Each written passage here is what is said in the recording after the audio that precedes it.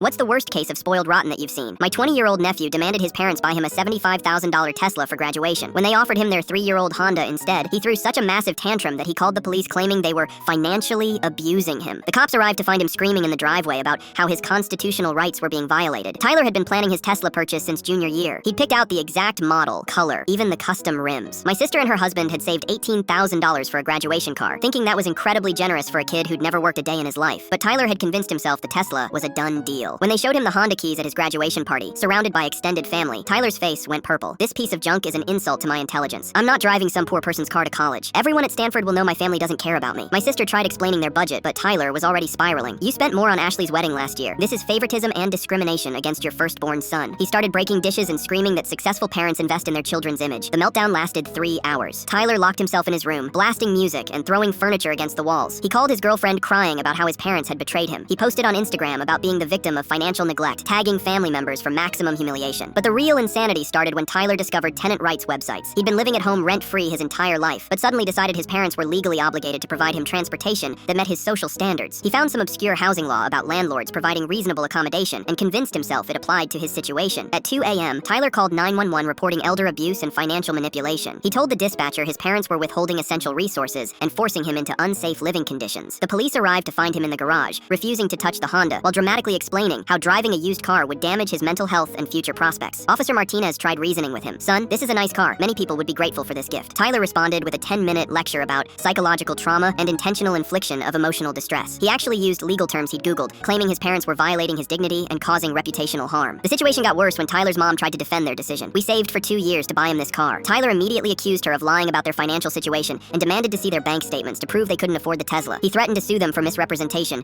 and breach of implied contract. Officer Martinez finally lost patience when Tyler started recording himself on TikTok, narrating his persecution for his followers. This is what parental gaslighting looks like, he told his phone camera. They're trying to control my success by sabotaging my college experience. The officer explained that parents aren't legally required to buy their adult children luxury vehicles. Tyler's response was to threaten moving out and never speaking to them again if they didn't fix this injustice immediately. He stormed inside and started packing, loudly announcing he'd rather be homeless than accept charity from people who clearly didn't understand his worth. But here's where it got beautiful. Tyler had never paid for anything in his life. No job, no savings, no credit, no concept of actual expenses. When he tried to move out the next morning, he discovered apartments required deposits, credit checks, and proof of income. Hotels cost money he didn't have. Even staying with friends meant contributing to groceries and utilities. 3 days later, Tyler came home filthy and exhausted after sleeping in his friend's car. He'd burned through his graduation money on food and gas, and reality had hit him like a freight train. The Honda was still sitting in the garage, and suddenly it looked pretty amazing. He never apologized for the police incident, but he quietly started driving the Honda to his summer job at a local restaurant. 6 months later, when he finally saved enough to contribute toward car payments, he thanked his parents for teaching him the value of earning something himself.